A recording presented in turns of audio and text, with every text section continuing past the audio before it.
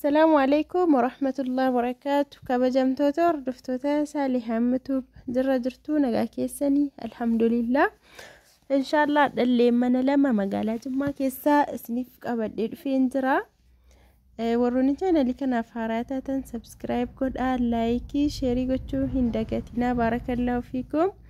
إن شاء الله منا كان فيديو سا كان نسنتقرسي سوتا keessi isaa waraabamne karuma bakkee isaa bichaadha.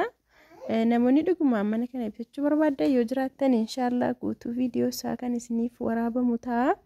Keessaan nu dubbisaa barakallahu fiikum. Laayikii gochuun dagatinaa viidiyoo kana yoo isinitti tolee fi jechuudha. Ammas immoo wantoota sirraa'uu qabu akkasuma mana lafa naannoo kamii akkasiniif dhiyaachuu qabu yoo jiraate keessaanis ta'u koomentii jalattis ta'u inshallah yaada keenya nuuf qooduu sin dagatina. Akkuma argitan egaa manichi kana fakkaata. Maashaallah manichi seera qabeessa kaartaa qaba, bishaan qaba, ibsaa qaba. Safarri isaallee safara Ginjoo jedhamudha. Safara bareedaa jechuudha. Manureef kan mijaawaa ta'e gatiinsaa shantuqaa 5 miliyoona 5,500 jechuudha. Egaa warroonni bitachuu barbaadanii keessaan nu dubbisaa. Akkasuma manni lammaffaa immoo isa kanadha. Kun finishingii isaa hin xumuramne. Maashaallah garuu manichi mana ajaa'ibaa ture. Safarri isaas immoo safara bareedaa. Safara kishaayiriiti.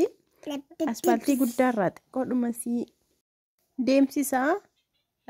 Na manichi kaartaan qabu garuu abbaa qabiyyeerraa kan bitamedha. Kaartaatti baafachuuf illee kan baay'ee tokko salphatudha. Egaa manichi akkuma isinitti haala bareedaadhaan ka'ee abbaan ofumaaf ijaarrataa finishingii isaa sababa finishingii xumuruu dadhabuuf karaatti dhiifamee gurgurtaaf mana dhihaatedha. Inshallah gatiin isaas illee miliyoona 2.7 baay'ee tokko safara bareedaadha jechuudha. Sababa safaraa fi sababa ka'umsi manichaa akkas gatiin ol ka'ee namoonni kanas bitachuu barbaadanii karaa keessaatiin nu qunnamaa inshallah. Akkasuma immoo manaa fi lafa biyya kamirraa safara kamii akka ta'e wantoonni namoonni barbaadanii keessaanis ta'u koomentii jala yaada keessan nuuf kaa'aa barakallahu fiikum.